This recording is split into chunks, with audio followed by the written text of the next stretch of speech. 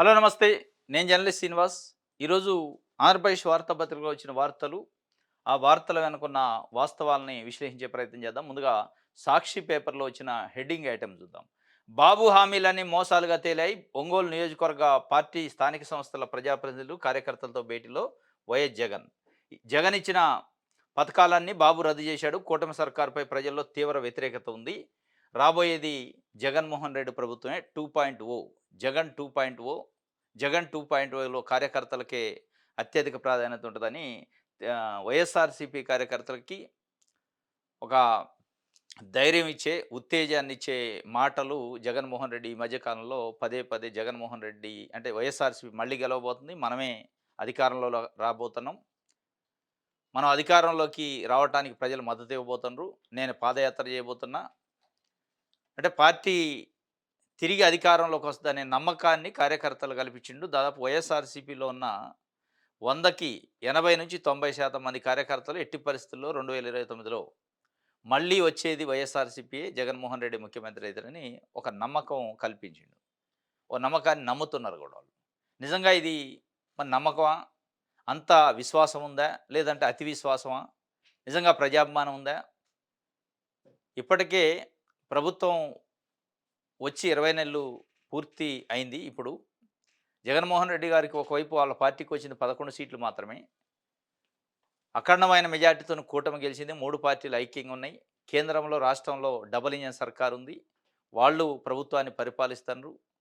వాళ్ళు కూడా జగన్మోహన్ రెడ్డి ఇచ్చిన స్కీములనే అది రైతు భరోసా కావచ్చు, తల్లికి వందనం కావచ్చు, మిగతా స్కీములు వాహన మిత్ర కావచ్చు, బీసీ మిత్ర కావచ్చు, ఇట్లాంటి ఈబీసీ నేస్తం ఇట్లాంటియన్నీ కూడా అమలు చేస్తూనే ఉన్నారు. మరి ఎందుకో జగన్మోహన్ రెడ్డి పదే పదే ప్రతిసారి మనమే రాబోతున్నాం. అయిపోయింది చంద్రబాబు నాయుడు పని. ఆల్రెడీ 2 బడ్జెట్లు ప్రవేశపెట్టిండు. రాష్ట్రానికి ప్రజలకు ఏం చేయలేదు. ఇప్పుడు ఇంకో 2 బడ్జెట్లే మిగిలున్నాయి. ఇక రాబోయేది మనమే. ఇది వాస్తవంగా అతి విశ్వాసమా? లేక ప్రజాభిమానమా అనేది ఒక చర్చ అయితే జరుగుతుంది. సరే అది అతి విశ్వాసం కావచ్చు, లేదా ప్రజా అభిమానం కావచ్చు కానీ జగన్మోహన్ రెడ్డి వాళ్ళ కార్యకర్తల ఉత్తేజం నింపటంలో, కార్యకర్తలకి నమ్మకం కల్పించడంలో సక్సెస్ అయిందనిపిస్తుంది. సరే అది గెలుస్తారా? ఏమైతదనేది 2029లో తెలుస్తది గానీ, ఇప్పటికైతే కార్యకర్తల ఆత్మస్థైర్యాన్ని నింపిండు. కార్యకర్తల్లో ఒక ధైర్యాన్ని నింపగలిగిండు. యెస్ మనమే వస్తున్నాం అనే ఒక కాన్ఫిడెన్స్‌నైతే బిల్డప్ చేయగలిగిండు. ఎందుకంటే ఒకవైపు రెడ్ బుక్ రాజ్యాంగం అని చెప్పి తెలుగుదేశం పార్టీ కూటమి ప్రభుత్వం అమలు చేస్తున్న పరిస్థితి వాళ్ళు పదే పదే చెప్తున్నారు. చాలామంది నాయకుల్ని, కార్యకర్తలని కేసులు పెట్టడం, జైలుకి పంపటం, నానా రకాల ఇబ్బందులు, బెదిరింపులు, పార్టీ కార్యకర్తలు బయటికెళ్ళాలంటే ఒక స్థాయిలో ఒక ఒక రకంగా బెదిరిపోయే పరిస్థితి, భయపడే పరిస్థితి తీసుకురావాలని ఒక ప్రయత్నం జరిగింది రెడ్ బుక్‌తో గాని, ఆ రెడ్ బుక్ పెద్దగా సక్సెస్ కాలేదనిపిస్తుంది. సరే జైలుకి పంపొచ్చు, కేసులు పెట్టొచ్చు ఇది గానీ, ఏదన్నా జగన్మోహన్ రెడ్డి ఒక కార్యక్రమాన్ని తీసుకొని బయటికెళ్తే, ప్రజల్లోకొస్తే ప్రజాభిమానం కనపడుతుంది కళ్ళకి. అది ఓట్ల రూపంలోకి వస్తదా రాదనేది సెకండరీ.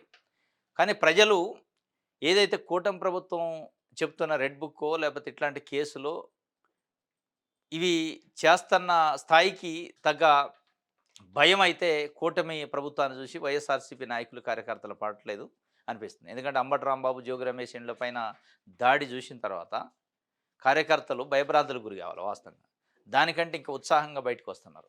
జగన్మోహన్ రెడ్డి పెళ్ళికి పోయినా, ఏదైనా కార్యక్రమాలకు పోయినా, అంటే మంచికి పోయినా, చెడుకు పోయినా, లేదా పబ్లిక్ విజిటింగ్స్‌కి పోయినా, లేదంటే ప్రజా సమస్యల పైన రైతుల దగ్గరకు పోయినా, పెద్ద ఎత్తున ప్రజలొస్తున్నారు. మరి ఆ ప్రజల అభిమానాన్ని ప్రజలను చూసి మనం మళ్ళా 2.0 మళ్ళీ గెలవబోతున్నాం అని చెప్తున్నారా? లేదా చంద్రబాబు నాయుడు గారి పరిపాలన పని అయిపోయింది. పరిపాలన ప్రజలు వ్యతిరేకిస్తున్నారని చెప్తున్నారా? వ్యతిరేకించారు అని చెప్పడానికి ఇప్పుడే ఏముంది కొలమానం? ఏం ఎన్నికలు జరగలేదు. లేదు పూర్తిగా వ్యతిరేకించడానికి కూడా లేదు. ఎందుకంటే చంద్రబాబు నాయుడు గారి యొక్క పరిపాలనా స్టైల్ కూడా మార్చారు. వైఎస్ రాజశేఖర రెడ్డి, జగన్మోహన్ రెడ్డిని చూసిన తర్వాత, వాళ్ళ పరిపాలన చూసిన తర్వాత ఏదో కొన్ని స్కీములు ఫ్లాగ్‌షిప్ ప్రోగ్రామ్‌లు లేకపోతే ప్రజలు నమ్మరు, విశ్వసించరు. మనం పెట్టుబడులని పట్టుకుంటే కాదు. లేదా సాఫ్ట్‌వేర్ ఇట్లా అంటే కాదు. టెక్నాలజీ అంటే కాదు. ప్రజలకి ప్రజలు మెచ్చే కోణంలో ఉండాలని చెప్పి కొన్ని జగన్మోహన్ రెడ్డి అమలు చేసిన స్కీముల్ని నవరత్నాల్లోంచి తీసుకొని అమలు చేస్తాడు. దాంట్లోని తల్లికి వందనం ఇవన్నీ. రైతు భరోసా ఇటువంటి గతంలో ఎప్పుడు చంద్రబాబు నాయుడు గారి పరిపాలనలో ఈ స్థాయిలో అంటే ప్రజల ఖాతాలలో పైసలేయటం అనేది లేదు. ఇది ఫస్ట్ టైం. కొన్ని సరే కొన్ని హామీలు ఇంకా ఉన్నాయి అమలు చేయాల్సినయి. అయినప్పటికీ ఇప్పుడు ఏస్తన్నయి గూడా చంద్రబాబు నాయుడు గారు గతంలో 3 సార్లు ముఖ్యమంత్రిగా చేసినప్పుడు ఎప్పుడు కనిపించలే. ఉమ్మడి ఏపీలో గాని, విభజిత ఏపీలో గాని. ఇప్పుడు కనిపిస్తున్నాయి. కాబట్టి అంత ఈజీగా మరి జగన్మోహన్ రెడ్డి గారు మళ్ళీ అధికారంలోకి రావటం ఈజీనా? అధికారంలోకి వచ్చే అంత ఛాన్స్ చంద్రబాబు నాయుడు గారు కూటమి ఇస్తదా? ప్రజలు ఆ స్థాయిలో విసుగెత్తున్నారా? అనేదైతే ఒక చర్చ ఉంది. బాబు హామీలన్నీ మోసాలుగా మిగిలినయి. కాబట్టి మనమే వస్తాము అని చెప్పి కోవిడ్ లాంటి పరిస్థితుల్లోనూ జగన్ ప్రజలకు సంక్షేమ పథకాలనిచ్చాడు. ప్రతి ఇంటికి మేలు చేశాడు.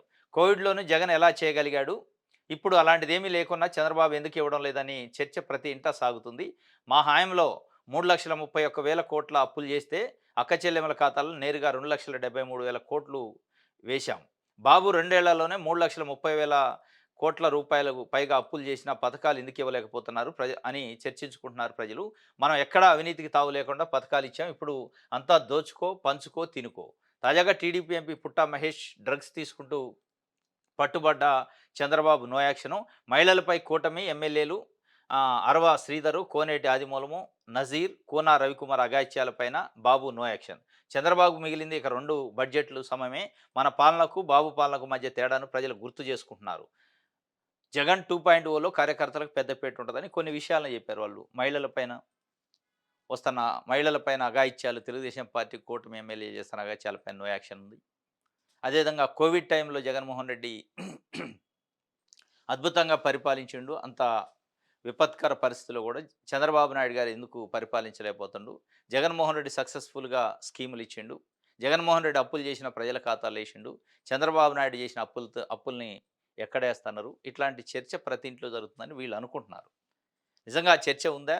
చర్చ ఉంటే అది వైఎస్ఆర్‌సీపీ సంబంధించిన కార్యకర్తల ఇళ్లల్లో ఉందా? నిజంగా ప్రజలందరి ఇళ్లల్లో ఉందా? జనరలైజ్‌గా ప్రజలు మాట్లాడుకుంటున్నారా? ఇది ఒక చర్చ. కార్యకర్తలకైతే ఒక ఉత్సాహాన్ని నింపే ప్రయత్నం జగన్మోహన్ రెడ్డి గారు చేసిండు. ఇది ఒక వార్త అయితే, కల్తీ కార్డు సర్కారు స్పందన లేటు. నిర్లక్ష్యమే ప్రాణాలు తీసింది. 2015 పుష్కరాల్లో గాలిలో కలిసిన 30 మందికి పైగా ప్రాణాలు. వచ్చే పుష్కరాలకు ఏడాది ముందు 16 మందిని బలిగొన్న కల్తీ పాలు, చావు బతుకుల మధ్య మరో 4. కల్తీ పాలే కారణమని ప్రభుత్వం గుర్తించడానికే వారం రోజులు పట్టింది. అది కూడా బాధిత కుటుంబాలు చెప్పడం వల్లే కల్తీ గుట్టు రట్టయింది. ప్రభుత్వం వెంటనే అప్రమత్తమై ఉంటే అందరి ప్రాణాలు దక్కేవి. కానీ ప్రభుత్వం స్పందించకపోవడంతో కిడ్నీ, ఊపిరితిత్తులు, చివరకు గుండె ఆగి వరుస మరణాలు. వైఎస్ఆర్సీపీ నేతలు క్షేత్రస్థాయికి వెళ్ళాకే స్పందించిన చంద్రబాబు ఇప్పటికీ పాల కల్తీపై, మరణాలపై అనుమానాలలోనే ల్యాబ్ రిపోర్టులు బయట పెట్టని ప్రభుత్వం అని చెప్పి రాజమండ్రి దగ్గర కల్తీ పాలతో దాదాపు ఇప్పటికే 16 మందిని బలి తీసుకుంది. ఇంకొక 4కి సీరియస్‌గా ఉందట. ఇటువంటి కల్తీ పాలపైన పదే పదే కల్తీ లడ్డు, కల్తీ నెయ్యి అని చంద్రబాబు నాయుడు గారు, పవన్ కళ్యాణ్ గారు అది ఉందో లేదో తెలవదు. లేదంటే ఆ కల్తీ లడ్డు తినటం వల్ల ఎవరు అస్వస్థతకు గురైంది లేదు, ఆరోగ్యం పాడైంది లేదు. లేదా ఎక్కడ ఇగో మాకు ఈ లడ్డు తినటం వల్ల ఇట్లా అయిందని చెప్పినోళ్ళు లేరు. కానీ దానిపైన యాగీ చేశారు తప్ప, ఇక్కడ తాగి కల్తీ పాలు తాగటం వల్ల రోజుకొక ప్రాణం పిట్టల లెక్క కలిసి రాలిపోతుంటే దానిపైన స్పందించలే అని చెప్పి వైఎస్ఆర్సీపీ ఆరోపణ. వైఎస్ఆర్సీపీ నాయకులు ఆ ఫీల్డ్ లెవెల్‌కి వెళ్లి విజిట్ చేసిన తర్వాతనే స్పందించింది. అసలు అది కల్తీ పాలా కాదా అని తెలుసుకోవడానికే 1 వీక్ టైం పట్టింది. ఇటువంటి నిర్లక్ష్య ధోరణి వల్ల చంద్రబాబు నాయుడు గారి పరిపాలనలో అనేక మంది ప్రాణాలు గాలిలో కలిసిపోయినాయి. గత పరిపాలనలో పుష్కరాల టైంలో దాదాపు 30 మందిని పొట్టన పెట్టుకున్నారు. మొన్న అదే ప్రాంతంలో 16 మంది ఇప్పటికే చనిపోయారు కల్తీ పాలతోని. ఇటువంటివన్నీ చంద్రబాబు నాయుడు గారి పరిపాలనలో నిర్లక్ష్యం వల్ల జరుగుతున్నాయి అని చెప్పి ఈ కల్తీ పాపం ఎవరిది? దీంట్లో కూడా ప్రజలు ఎక్కడ చర్చించుకునేదంటే, వేట్లపాలెంలో బాణాసంచా కేంద్రంలో కాల్పులు జరిగితే అది ఫైర్ యాక్సిడెంట్ జరిగితే దాంట్లో కూడా చనిపోయారు. ఆ చనిపోయిన వాళ్ళకి 20,00,000 పరిహారం ఇచ్చారు. కానీ ఇక్కడ కల్తీ పాలతో చనిపోతే 10,00,000 మాత్రమే ఇచ్చారు. వీళ్ళయి ప్రాణమే, వాళ్ళది ప్రాణమే. వాళ్ళకి 20,00,000 ఇచ్చినప్పుడు వీళ్ళకి 10,00,000 ఇటు అయిందనే ఒక డిస్క్రిమినేషన్ ఎందుకు వచ్చింది తేడా? దాన్ని సరి చేయాల్సిన బాధ్యత కూడా ప్రభుత్వం పైన ఉందని వైఎస్ఆర్సీపీ ఒత్తిడి చేస్తుంది. సరే మొత్తానికైతే అది చంద్రబాబు నాయుడు గారి పరిపాలన, లేకపోతే జగన్మోహన్ రెడ్డి గారి పరిపాలన పక్కన పెడితే, జరిగింది కల్తీ పాల ఘటన. ఇది నిజంగా రాజమహేంద్రవరంలోనే ఈ 15, 16 మందితోనే పరిమితమైందా? అసలు ఈ ముఠా ఎక్కడుంది? ఈ కల్తీ ముఠాని గుట్టు రట్టుదేలిందా? కేవలం ఇది రాజకీయ విమర్శలకే వాడుకుంటున్నారా? ఇది ప్రభుత్వంలో ఉన్నోళ్ళు బాధ్యతగా చూడాలి. ఏదో వైఎస్ఆర్‌సీపీ విమర్శిస్తుంది కాబట్టి మీ పరిపాలనలో మీరు ముఖ్యమంత్రిగా ఉన్నప్పుడు ఇక్కడ జరిగింది, ఇది కాదు కౌంటర్‌లు. లేదా వైఎస్ఆర్‌సీపీ కూడా మీ నిర్లక్ష్యం వల్ల పుష్కరాల్లో చనిపోయారు, లేదా కల్తీ పాలలో చనిపోయారు కాకుండా అసలు ఈ ముఠా సంగతేందో అడగాలి, డిమాండ్ చేయాలి. ఒక కల్తీ పాల ముఠా రాజమహేంద్రవరంలో ఉందా? స్టేట్ వ్యాప్తంగా ఉందా? రాష్ట్ర వ్యాప్తంగా ఉంటే ఆ ముఠాను పట్టుకున్నారా? కేవలం పాలకే ఉందా? ఉప్పు, పప్పులు, కారాలు, నూనెల్లోకి కూడా ఉందా? అవి కూడా మనుషులు చనిపోయేదాకా గుర్తించలేని పరిస్థితి ప్రభుత్వానికి ఎందుకుంది? ఇప్పటికైనా ఆహార పదార్థాల కల్తీ ముఠాని పట్టుకోవాలి. ఇక దొరికిన తర్వాత ఎవరైనా పట్టుకుంటారు. దొరికిన తర్వాత దానిపైన రకరకాల ఇంటర్ప్రిటేషన్‌లు కాకుండా ఈ ముఠా, కల్తీ ముఠా అనేది, ఎందుకంటే ఇప్పటికే కల్తీ మద్యం అంటున్నారు. కల్తీ నెయ్యి అన్నారు. కల్తీ లడ్డు అన్నారు. ఈటిపైన అసలు ఉన్నదో లేదో తెలవని దానిపైన కంటే ఇప్పుడు స్పష్టంగా కనపడుతున్న దానిపైన కల్తీ పాలు, కల్తీ కారము, కల్తీ నూనె, ఇటువంటి కల్తీ ఆహార పదార్థాలతోని వ్యాపారాలు చేస్తున్న ముఠాని పట్టుకొని కఠినంగా శిక్షించి పీడీ యాక్ట్‌లు పెడితే తప్ప, ఎందుకంటే మళ్ళీ ఇంకో దగ్గర ఎక్కడో జరిగిద్ది. మళ్ళీ ఇంకో దగ్గర ఎక్కడో చనిపోతా ఉంటారు. అప్పుడు స్పందించి మీదంటే మీరింతంటే మీరింతని అంటే ప్రజల గాలికి వదిలేసి రాజకీయాలు మాట్లాడటం మానండి. ఇది ఒక వార్త. ఖజానాను కొల్లగొట్టి సొంత సంస్థకు దోచిపెట్టు. నారావారి హెరిటేజ్‌కు బాబోరి భారీ నజరానా. 35 ఉద్యోగాల కల్పనకు ఖజానా నుంచి 59.69 కోట్ల రూపాయలు నిన్న చాలా ఆశ్చర్యం అనిపిస్తుంది. ఇగో జివో నంబర్ 57 అని నిన్న బయటకొచ్చింది. 17థ్ మార్చ్. చాలా అంటే దాదాపు 45 సంవత్సరాల రాజకీయ జీవితం చంద్రబాబు నాయుడు గారిది.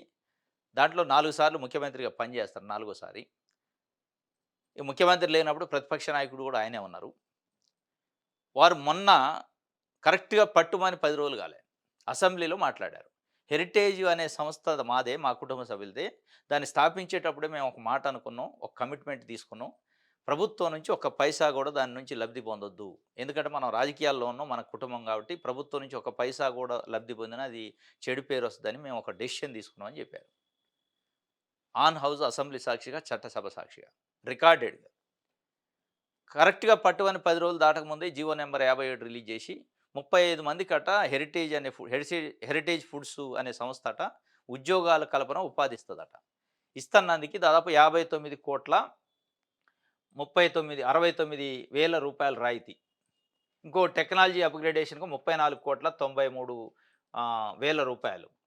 ఇక 5 ఏళ్ల పాటు తిరిగి ఇచ్చేది సబ్సిడీ 17,80,00,000. ఇది ఇట్లా మొత్తం చూస్తే 100,00,00,000 పైన రాయితీ వస్తుంది. జివో నంబర్ 57 నేను రిలీజ్ చేశాను. చంద్రబాబు నాయుడు గారు కేవలం ఒక 100,00,00,000 రూపాయలు వాళ్ళ సంస్థకు లాభం చేకూర్చడం కోసం ఆగమేఘాల మీద జీవో ఇచ్చి అసెంబ్లీలో ప్రకటించిన తర్వాత ఇచ్చారు అంటే దీని అర్థం ఏమనుకోవాలి? అసలు 3 సార్లు ముఖ్యమంత్రి చేసినప్పుడు ఎన్ని వందల వేల కోట్ల రూపాయల లబ్ధి హెరిటేజ్ సంస్థకి చేశారు. చేయలేదని మొన్న చెప్పారు. చెప్పిన 10 రోజులకే జీవో వచ్చింది. 35 మందికి ఉద్యోగాలు ఇవ్వటం కోసం 100,00,00,000 రూపాయలు కేటాయిస్తారా? అదే 100,00,00,000 రూపాయలని తలా ₹1,00,00,000 ఇచ్చినా 100 మంది బిజినెస్‌లు పెట్టుకొని బతుకుతారు. నువ్విచ్చేదేంది ఉపాధి? యువత అదే ₹1,00,00,000 తలా ₹1,00,00,000 తలకి ₹1,00,00,000 100 మందికి పంచితే 100,00,00,000 అయిపోతాయి. ఆ 100 మంది 20 జిల్లాల్లో వ్యాపారం చేస్తారు. మంచి వ్యాపార సంస్థలు పెట్టుకొని వాళ్ళు ఇంకొక 10 మందిని బతికిస్తారు. ఒక వ్యక్తికి ₹1,00,00,000 ఇస్తే ₹1,00,00,000 తీసుకొని వ్యాపారం పెట్టి ఒక 10 మందికి ఉపాధి ఇస్తాడు. అట్లా 100 పదులు 1000 మందికి ఉపాధి వచ్చేది. ఆఫ్టర్ ఆల్ ఒక 35 మందికి ఉపాధి ఇస్తున్నందుకు హెరిటేజ్ ఫుడ్ సంస్థకి ఒక ₹100,00,00,000 జీఎస్టీ అయితే, ఇంకోటైతే టెక్నాలజీ అప్‌గ్రేడేషన్ అయితే, ఆ రాయితీ, ఈ రాయితీ అని కలిసి ₹100,00,00,000 కోసం స్వయంగా ముఖ్యమంత్రిగా ఉన్న చంద్రబాబు నాయుడు గారు జీవో చేసుకొని మా సంస్థకి ప్రజలు డబ్బులు ఇస్తున్నా అని చెప్పారంటే ఇంతకంటే దురదృష్టం ఇంకోటి ఉండదు. ఎలా నమ్మాలి? చంద్రబాబు నాయుడు గారు చెప్పే నైతిక విలువలు, నీతి మాటలు, విలువల మాటలు, శుద్ధపూస మాటలు ఎట్లా నమ్మాలి ప్రజలు? నేను చాలా మచ్చలేని మనిషిని. మేము అట్లాంటివి జేయం. మేము నైతిక విలువలతోని కూడిను. హెరిటేజ్ సంస్థకు ₹1 కూడా ప్రభుత్వం నుంచి లాభం తీసుకోవద్దనుకున్నాం, రాయితీ తీసుకోవద్దనుకున్నాం అంటే ఇది మాట్లాడతారు. ఇప్పుడు ఏం చెప్పాలా ప్రజా సంఘాలు గాని, ప్రతిపక్షాల పార్టీలు ఏం చెప్పాలి? మీరు ఈరోజు దేశంలో అత్యంత ధనికమైన ముఖ్యమంత్రిగా ఉన్నారు. ఎందుకు అయ్యారంటే ఇట్లాంటి జీవోల వల్లనేనా? ఇట్లాంటి రాయితీలు మీ సంస్థలకి ప్రభుత్వం నుంచి తీసుకోవటం వల్లనేనా? ఈరోజు మీరు బయటపడకుండా ఎన్ని చేసి ఉంటారు? ఇటువంటి 3 సార్లు ముఖ్యమంత్రిగా చేసినప్పుడు ఇటువంటి ఎన్ని చేశారు? ఒక హెరిటేజే కాకుండా మీ మీ చుట్టుపక్కల ఉండే బంధువర్గానికి, మీ కుటుంబ సభ్యులకు సంబంధించిన సంస్థలకి ఎన్ని వందల, వేల కోట్ల రూపాయల లాభాలు చేస్తే మీరు ఈరోజు అత్యంత ధనికమైన ముఖ్యమంత్రి అయ్యారు అనేది ప్రజలు ప్రశ్నించరా? ప్రజలు ఏమనుకోవాలి? ప్రజలకు సమాధానం చెప్పాలి గదా! ఇది సొంత సంస్థకు దోచిపెట్టు కార్యక్రమం ఒకటి తీసుకున్నారు అని చెప్పి వా సాక్షి పేపర్‌లో తప్ప మిగతా ఈనాడులో లేదు, ఆంధ్రజ్యోతిలో లేదు. ఇది ఉండదు వార్త.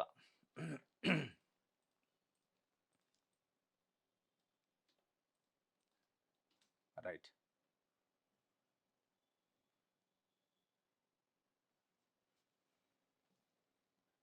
ఇది సాక్షికి సంబంధించి. ఆంధ్రజ్యోతిలో చూద్దాం. ఆ వార్త ఉండదు. ఇప్పుడు సాక్షి పేపర్ హెరిటేజ్ సంస్థకి ఇచ్చిన జీవో నంబర్ 57 గురించి ఎక్కడా ఉండదు. ఏమిచ్చిండంటే ఎమ్మెల్యే ఆధారంగా చంద్రబాబుపై క్రిమినల్ కేసా? ఇది వార్త అయింది. చంద్రబాబు నాయుడు గారి పైన కేసు పెడితే ఆంధ్రజ్యోతికి వార్త అయింది. కానీ హెరిటేజు చంద్రబాబు నాయుడు గారికి సంబంధించిన సంస్థ వాళ్ళ కుటుంబ సభ్యుల సంస్థకి 100,00,00,000 రాయితీ ఇస్తూ ప్రభుత్వం జీవో చేస్తే ఇదేంది చంద్రబాబు అని ప్రశ్నించలేని పత్రిక ఇది. అంటే వీళ్ళ వార్తల వెనక వాస్తవాలు, ఈ పేపర్ వెనకున్న ఎజెండా ఏంటనేది మనకు అర్థమవుతుంది. చంద్రబాబు నాయుడు గారికైనా క్రిమినల్ కేసు ఎట్లా పెట్టారని కోర్టు అడిగిందట, అది వార్త. అది ఎట్లా పెట్టారా అని కోర్టులో చూసుకుంటాడు. ఇది దానికంటే ముఖ్యమైన రైతులకు సంబంధించిన చాలా వార్తలున్నాయి. రైతుల సమస్యలు అనేకం ఉన్నాయి. అది ఏయని పరిస్థితి. పండగొచ్చింది. నేడు రేపు వరుస కానుకలు. నేటి నుంచి దివ్యాంగ శక్తి, దివ్యాంగులకు ఉచిత బస్సు. నేడు పోలవరం నిర్వాసితులు 250 కోట్లు, 10,000 పోస్టులతో జాబ్ క్యాలెండర్. మౌజన్లు ఇమాముల వేతనం 20 గంటల్లోనే జమ. పండగొచ్చింది అని చెప్పి ఒక వార్త ఆంధ్రజ్యోతి. ఈ పండగ ఎవరికి వచ్చింది? ప్రజలకు వచ్చింది పండగని ఆంధ్రజ్యోతి రాసింది. పండగ చేసుకుంటుంది ఆంధ్రజ్యోతి. అంటే ఆడ పండగ వచ్చిందో లేదో, ప్రజలు పండగ చేసుకుంటారో లేదో, వీళ్ళు పండగ చేస్తారు ముందు. ఆంధ్రజ్యోతి, ఈనాడు పేపర్లు అంటే సోకాల్డ్ తెలుగుదేశం పార్టీ పత్రికలని పేరుపడ్డ పత్రికలు కేవలం ఆ ప్రచారానికే వార్తలు రాస్తున్నారు. ప్రజల కోసం వార్తలు రాయట్లేదు వాళ్ళు. ఇదే పండగ వచ్చిందని రాశారు. ఈరోజు దివ్యాంగులకి ఉచిత బస్సు ప్రయాణం, లేదా ఒక 10,000 పోస్టులతోని జాబ్ క్యాలెండరు, లేదంటే పోలవరం నిర్వాసితులకి 250 కోట్లు రిలీజ్ చేస్తున్నారు. ఇదే నిరుద్యోగులు ధర్నాలు చేసిన రోజు వార్తలే. పోలవరం నిర్వాసితులు ధర్నాలు చేసిన రోజు వార్త లేదు. ఆడబిడ్డలకి 1,500 రూపాయలు ఇస్తా అని ఇయ్యకపోతే వార్త లేదు. బీసీలకి 50 సంవత్సరాలు నిండితే ఎస్సీ, ఎస్టీ, బీసీ మైనార్టీలకు పెన్షన్ ఇస్తా అంటే వార్త లేదు. మరి ఆ పండగల సంగతి ఎవరు రాయాలి? ఇక్కడ ఆయన అనౌన్స్ చేసిండో లేదు, వీళ్ళు పండగ వచ్చిందని రాశారు. సంతోషం. దాంతోపాటు పక్కనే మీరు ఇస్తానన్న సూపర్ 6 గ్యారంటీలు, వారంటీలు ఏమైనాయి అని కూడా రాస్తే ప్రజల గురించి వార్త రాసినట్టు ఇది. కనీసం హెరిటేజ్‌కి సంబంధించిన 57 నెంబర్ జీవో గురించి ప్రశ్నించడం, కనీసం జీవో చేశారు, హెరిటేజ్‌కి ఒక 100 కోట్ల లాభం చేకూరుస్తుంది చంద్రబాబు ప్రభుత్వం అని రాసి ఉంటే మీ వార్తాపత్రికకి విలువ ఉండేది. ఇది పండగ వచ్చేసిందంటే దీనికి సంబంధించిన ఒక యాడ్ ఇచ్చారు ఈడ. ఇగో దివ్యాంగుల శక్తి, దివ్యాంగులకు ఉచిత బస్సు ప్రయాణం. ఇప్పుడు దివ్యాంగులకు ఉచిత బస్సు ప్రయాణం ఇస్తున్నారు. దీనికోసం యాడ్ వేయాల్సిన అవసరం లే. కోట్ల రూపాయలు పెట్టి అన్ని పేపర్‌లో యాడ్. హాఫ్ పేజీ యాడ్ వేశారు. దాంట్లో ఏంటి, మళ్ళీ లోకేష్ గారి ఫోటో, పవన్ కళ్యాణ్ గారు డిప్యూటీ సీఎం కాబట్టి వేశారు, మోడీ గారు ప్రధానమంత్రి కాబట్టి ఎన్డీఏ కూటమి కాబట్టి వేశారు, చంద్రబాబు నాయుడు గారు ముఖ్యమంత్రి, దివ్యాంగుల ఫోటోలు వేశారు, సంతోషం. లోకేష్ గారు ఫోటో దేనికోసం? ఆయన ఏం మంత్రి? ఐటీ మినిస్టర్, విద్యాశాఖ మంత్రి. విద్యాశాఖకి ఈ దివ్యాంగులకు సంబంధం ఏంటి? బస్సులకి ఈయనకు సంబంధం ఏంది? ఒకవేళ ఆయన రవాణా శాఖ మంత్రిని వేశారు, సరే రాంప్రసాద్ రెడ్డి, ఆయన ఫోటో వేశారంటే సంతోషం. అసలు ఇది కూడా లేదు మొన్నటి వరకు. ఈ మధ్యకాలంలో పదే పదే మీడియాలో విమర్శలు వస్తున్నాయి, మనబోటోళ్ళం పదే పదే మాట్లాడుతున్నాం అని చెప్పి వేస్తున్నారు. మొన్న వ్యవసాయ శాఖకి సంబంధించి రైతు భరోసా వేసిన రోజు అచ్చెన్నాయుడు ఫోటో వేశారు, ఈరోజు రాంప్రసాద్ రెడ్డి ఫోటో వేశారు. తప్పనిసరి అయింది పాపం. అంతకుముందు లేదు, కేవలం లోకేష్ గారు సకల శాఖల మంత్రి ఫోటో ఉండేది, ఏ శాఖకు సంబంధించిన యాడ్ వచ్చినా. అసలు సరే ఎవరి ఫోటో ఉన్న పక్కన పెడితే ఎందుకు మనం ఈరోజు రాష్ట్రం అప్పుల్లో ఉంది, చాలా ఇబ్బందికరమైన పరిస్థితి. దివ్యాంగులకి ఒకళ్ళు నిజంగానే ఉచిత బస్సు ప్రయాణం కల్పిస్తే వాళ్ళు సంతోషపడతారు. వాళ్ళకి ఉంటే ఏదన్నా మెసేజ్‌లు అవే ఫార్మ్ చేస్తే దివ్యాంగులకు సంబంధించి సదరం సర్టిఫికేట్లు ఉంటాయి. ఎవరెవరిది డేటా గవర్నమెంట్ దగ్గర ఉంటుంది. వాళ్ళందరికీ మీకు ఈ రేపటి నుంచి ఇగో ఫలానా ఉచిత బస్సు ప్రయాణం ఇస్తాను, బస్సులో కావాలంటే ఆ పాస్ తీసుకొని ఎక్కండి, బస్సు ప్రయాణం చేయండి అని చెప్పొచ్చు. దానికోసం పెద్ద యాడ్ ఎందుకు? అంటే ఖర్చు ఎట్లా పెడతారనేది ప్రచారం కోసం అర్థమవుతుంది.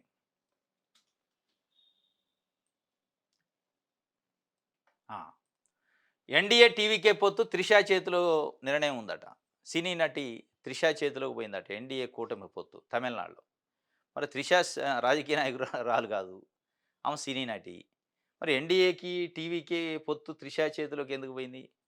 త్రిష చేతిలోకి పోవడానికి కారణం ఏంది? త్రిష అమిత్ షాతోని మీటింగ్ కావడానికి కారణం ఏంటి? త్రిష మీటింగ్ అయిన తర్వాత ఏదైతే అక్కడ తొక్కీసలాట కరూర్‌లో జరిగిన తొక్కీసలాట సంబంధించిన కేసు విషయంలో కొంత పట్టు విడుపులు ఎందుకొచ్చినియి? ఇవన్నీ పెద్ద ఎత్తున చర్చ జరుగుతుంది. తమిళనాడులో ఎన్‌డీఏ, టీవీకే పొత్తు సినీ నటి త్రిష చేతిలో ఉందని పెద్ద ఎత్తున ప్రచారం జరుగుతుంది. ఈ ఎన్నికల్లో పాలక డీఎంకేదే పైచేయని, విపక్ష ఎన్‌డీఏకు 5% ఓట్ల ఆధిక్యంతో ఉందని ప్రముఖ సినీ నటుడు విజయ్ స్థాపించిన టీవీకే పార్టీకి 12% ఓట్లు రావచ్చని పలు సర్వేలు అంచనా వేసిన నేపథ్యంలో ఎన్‌డీఏ నేతలు అప్రమత్తమయ్యారు. ఎలాగైనా విజయ్‌ను తమ వైపు తిప్పుకునేందుకు సామ, దాన, భేద, దండోపాయాలను ప్రయోగిస్తున్నట్టు ప్రచారం జరుగుతుంది. కరూర్ తొక్కీసలాట వ్యవహారం విజయ్‌ని ఇప్పటికీ వెంటాడుతుంది. ఆయన 'జననాయగన్' సినిమాకు సెన్సార్ బోర్డు క్లియరెన్స్ రావడం లేదు. ఈ నేపథ్యంలో ఆయనకు సన్నిహితురాలుగా భావిస్తున్న త్రిష గత వారం ముంబైలో కేంద్ర హోంశాఖ మంత్రి అమిత్ షాతో భేటీ అయినట్లు తెలిసింది. ఆ తర్వాత 15న సీబీఐ విచారణకు హాజరైన విజయ్ ఎలాంటి ఇబ్బంది లేకుండా బయటకు వచ్చినట్టు రాజకీయ వర్గాలు వ్యాఖ్యానిస్తున్నాయి. విజయ్ సినిమాను పునః పరిశీలించేందుకు సెన్సార్ బోర్డు అంగీకరించినట్టు తెలిసింది. త్రిష కృషి వల్లనే ఇది సాధ్యమైందని ప్రచారం జరుగుతుంది. అన్నాడీఎంకే అధినేత పళనిస్వామి కుమారుడు మిథున్ కూడా పలుమార్లు త్రిషతో సమావేశమైనట్టు తెలిసింది. తమిళనాడులో రాజకీయం మొత్తం త్రిష చుట్టూ జరుగుతుందట. మరి వాళ్ళకి ఓట్లు వచ్చేదంతా పోయేదంతా కానీ 12% ఓట్లు వస్తాయని ఒక ఇంటెలిజెన్స్ రిపోర్టు, ఒక సర్వే రిపోర్ట్ వచ్చిందట. ఇక ఆ 12% కోసం త్రిష చుట్టూ. అంటే విజయ్‌తోని కాటలేదు. విజయ్ ఎనకాలన్న ఒక శక్తి, త్రిష అనే శక్తి ఉంది. ఆ త్రిషను పట్టుకుంటే అయిద్ది. ఇప్పటికే భార్య విషయంలో వివాదం ఉంది. విజయ్ భార్య ఆరోపణలు చేస్తుంది. త్రిషతోని ఆయనకున్న సంబంధాలపైన. వాళ్ళది కోర్టులో విడాకులు ఆ పిటిషన్ నడుస్తుంది. ఇప్పుడు దేశ రాజకీయాలు ఆమె చుట్టూ తిరుగుతున్నాయి. త్రిష చేతిలో ఆమె వాళ్ళ నిర్ణయం ఉందట. త్రిష లైజింగ్ చేస్తానట్టుంది బీజేపీ వాళ్ళతోని అని చెప్పి పళనిస్వామి కొడుకుతోని కూడా మాట్లాడుతుందట. ఆంధ్రప్రభ. మన ఏకైక లక్ష్యం 20 లక్షల జాబ్స్, పెట్టుబడుల కార్యరూపం దాల్చాలి. రాష్ట్రానికి వస్తున్న ప్రపంచ ప్రఖ్యాత సంస్థలు ప్రతి ఒప్పందం గ్రౌండింగ్ కావాలి. అధికారులకు మంత్రి నారా లోకేష్ దిశానిర్దేశం. ఈడీబీ నూతన కార్యాలయం ప్రారంభం. మన ఏకైక లక్ష్యం 20 లక్షల జాబ్స్ కరెక్టే. పెట్టుబడుల కార్యరూపం దాల్చాలి. అన్ని పెట్టుబడులు గ్రౌండింగ్ కావాలంటున్నారు. ఇప్పటికి 20 నెలలు పూర్తయింది మీరు వచ్చి. 5 సంవత్సరాల్లో 20 లక్షల ఉద్యోగాలు అన్నారు. అంటే 20 నెలలు అంటే ఇంకొక 4 మంత్స్ అయితే 2 ఇయర్స్ కంప్లీట్ అయింది. జూన్ 12th వస్తే 2 సంవత్సరాలు పూర్తయిందంటే ఇంకా 3 సంవత్సరాల టైం ఉంది. మరి 2 సంవత్సరాల్లో ఎన్ని ఉద్యోగాలు భర్తీ కావాలి? మీరు చెప్పిన 5 సంవత్సరాలు 20 లక్షల ప్రకారం 8 లక్షల ఉద్యోగాలు భర్తీ కావాలి. ఏది మీ గ్రౌండింగ్ ఎక్కడ? సరే 8 లక్షలు పక్కన పెట్టండి. మొదటి సంవత్సరం పూర్తయిందంటే 4 లక్షలు ఉండాలి. ఇప్పుడు సెకండ్ ఇయర్ రన్నింగ్ అయింది, ఎండింగ్‌కి వచ్చినాయి. ఇది ఒక 4 లక్షలు. ఆ 4 లక్షలైనా కంప్లీట్ అయినాయా? కనీసం 3 లక్షలు కంప్లీట్ అయినాయా? అసలు 20 లక్షలు సాధ్యమా? మీరు చేసే పరిస్థితి కనపడుతుందా? ప్రచారం ఉంది, పని లేదు. ఇప్పుడు ఉద్యోగాలు భర్తీ అయితే నిరుద్యోగులకు ఉద్యోగాలు వస్తే కనపడతారు కదా సంఖ్య. ఇగో మేము ఈ కంపెనీలో ఇన్ని లక్షల ఉద్యోగాలు, ఇన్ని వేల ఉద్యోగాలు, ఈ కంపెనీలో ఇన్ని వేలు, మొత్తం కలిపితే ఇగో ఇన్ని లక్షలు. దాదాపు 8 లక్షలకి దగ్గరలో ఉన్నాం. ఇంకో 4 నెలల్లో 8 లక్షల సంఖ్య పూర్తయిద్ది అని చెప్పే పరిస్థితి ఉంది ఎక్కడన్నా? నిజంగా 8 లక్షల ఉద్యోగాలు ఆంధ్రప్రదేశ్‌లో నిరుద్యోగ యువతకు వచ్చుంటే, ఈరోజు తెలుగుదేశం పార్టీ పరిస్థితి గాని, తెలుగుదేశం పార్టీ ప్రచారానికి ఎంత ఆదరణ ఉండేది? మీరు చెప్తున్న దానికి. చెప్పే మాటలకి, చేసే పనికి సంబంధం లేకుండా. ఇప్పుడొచ్చి 20 లక్షల ఉద్యోగాలు మన ఏకైక లక్ష్యం గ్రౌండింగ్ చేయాలని అధికారులకి ఆదేశాలు ఇచ్చిన అధికారులు ఏం చేస్తారు? మీరు పొలిటికల్ అడ్మినిస్ట్రేషన్ డెసిషన్ తీసుకోవాలి కదా! మీ మీ మీ లక్షల కోట్ల పెట్టుబడులు ఎక్కడ పోయినాయి? మీ లక్షల ఉద్యోగాలు మీరు ఇస్తున్న లక్షల ఉద్యోగాలు ఇవి. ఇప్పుడు 8 లక్షల ఉద్యోగాలకు మీరు లెక్క చెప్పాలా? ఏ సంస్థలో ఎన్నెన్ని వేల ఉద్యోగాలు వచ్చినాయి?